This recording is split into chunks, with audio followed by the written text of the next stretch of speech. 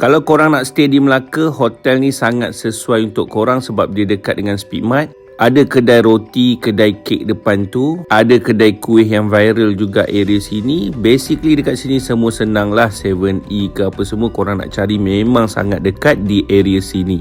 Arah sana tu nak pergi Bandar Hilir. Memang senang lah. Dekat belakang tu ada nasi lemak ujung pasir. Bukan tu saja, berdepan dengan hotel ni ada gerai buah juga. Dan dia sangat dekat dengan persimpangan nak masuk ke Portugis Settlement ni. Sebab tu korang kena stay dekat The Sojun Hotel Melaka ni. Nampak macam bentuk kapal gitu kan.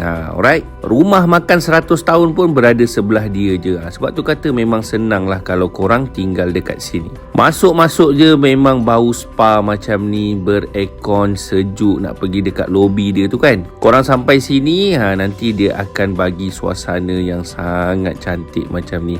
Ruangan ni adalah ruangan yang korang boleh duduk lepak, membaca, boleh meeting, tak ada masalah. Dan juga ada ruangan yang menjual pakaian-pakaian batik macam tu.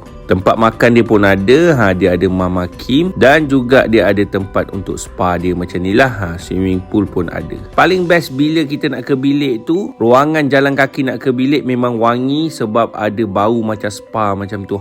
Berekon dan memang best. Jadi tempat ni aku bagi tahu korang 10/10 untuk korang stay.